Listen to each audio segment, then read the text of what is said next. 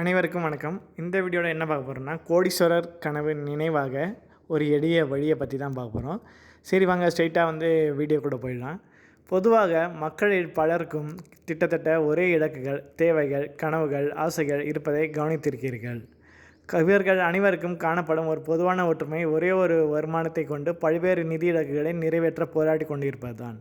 ஓய்வுகால தொகுப்பு நிதி, பெண் பிள்ளைகளின் கல்யாணம், மகன்களின் உயர்கல்வி, கனவு இல்லம் வாங்குதல், வாழ்க்கை தரத்தை உயர்த்த கார் வாங்குதல் என்பன போன்ற அனைத்து இலக்குகளையும் நிறைவேற்ற பணத்தை நோக்கி ஓடிக்கொண்டிருக்கிறார்கள். நீங்கள் மகிழ்ச்சியான ஓய்வு காலத்தை அனுபவித்து கொண்டிருக்கலாம் அல்லது மகிழ்ச்சியான ஓய்வு காலத்தில் இருக்கும் சிலரை பார்த்திருக்கலாம். அவர்கள் உண்மையிலே நிதி சுதந்திரம் பெற்றவர்களாக, நிதி திட்டமிட்டவர்களாக இருப்பார்கள்.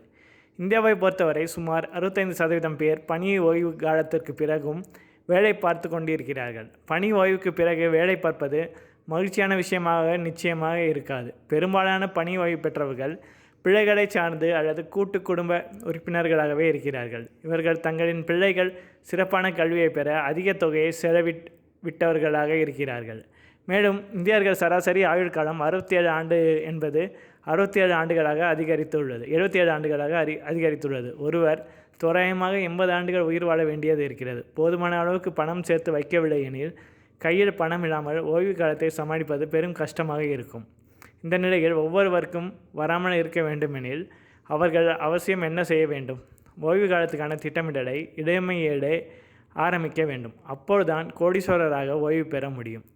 10 ஆண்டுகளுக்கு முன் நடுத்தர குடும்பத்திற்கு 1 கோடி என்பது மிகப்பெரிய விஷயம். ஆனால் 1 கோடி என்பது மிக சாதாரண விஷயமாகிவிட்டது இப்பொழுதெல்லாம். $1 மில்லியன் அதாவது சுமார் 7 கோடி இருந்தால் ஓய்வு காலம் ஒளிமயமாக இருக்கும். முதலீட்டை இளம் வயதில் ஆரம்பிக்கும் போது உங்களிடம் ஓர் ஆற்றல் மிகுந்த ஆதாரம், அதாவது பவர்ஃபுல் ரிசோர்ஸ் இருக்கும். அந்த ஆதாரம் என்பது காலம் ஆகும். நீண்ட காலத்தில் முதலீடு என்பது பவர் ஆஃப் காம்பவுண்டிங் என்கிற மிக அதிக அளவில் பணம் பெருக்கும் அதிசயத்தை அளிக்கும். தனிநபர் நிதி மேலாண்மை மற்றும் ஓய்வுகால திட்டமிடலில் உங்களுக்கு நீங்களே பணம் செலுத்திக் கொள்வது என்பது நிரூபிக்கப்பட்ட நல்ல கருத்தோட்டமாக காணப்படுகிறது. அதாவது உங்களின் வருமானத்தை 20% தொகையை தொடர்ந்து முதலீட்டாக மாற்றும்போது ஓய்வு காலத்தில் அது பெரும் தொகையாக சேர்ந்திருக்கும். ஒருவர் மாதந்தோறும் தொடர்ந்து நிலையான முதலீட்டை செய்யும் பட்சத்தில் இது நிச்சயமாக சாத்தியமாக விஷயமாகும். உலகின் மிக சிறிய வெற்றி இரகசியங்கள் எல்லாம் எளிய விஷயங்களில் மறைந்திருக்கிறது. இளமையில் நீங்கள் மேற்கொள்ளும் எளிய மற்றும் சீரான சேமிப்பு முறை உங்களின் ஓய்வு காலத்தை வளமானதாக மாற்றும் என்பதில் யாருக்கும் எந்த சந்தேகமும் வேண்டாம்.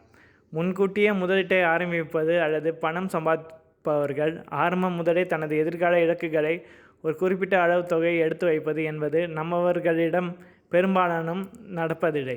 பெரும்பாலானவர்கள் நடுத்தர வயதை அடையும் போது எதிர்காலத்துக்கான, குறிப்பாக ஓய்வு காலத்துக்கான முதலீட்டை தொடங்குகிறார்கள். நிதி திட்டமிடல் எதையும் மேற்கொள்ளாமல் கூடுதல் பண பற்றாக்குறை இருக்கும்போது தான் தொடங்குகிறார்கள். இந்த நடைமுறையை தவிர்க்கப்பட வேண்டும். முன்கூட்டியே இளமையிலேயே முதலீட்டை ஆரம்பிப்பது அதிக ரிஸ்க் எடுக்கும் திறனையும், முதலீட்டில் ஏதேனும் இழப்பு ஏற்பட்டால் அதனை சீர் செய்வதற்கான வாய்ப்பையும் வழங்குகிறது.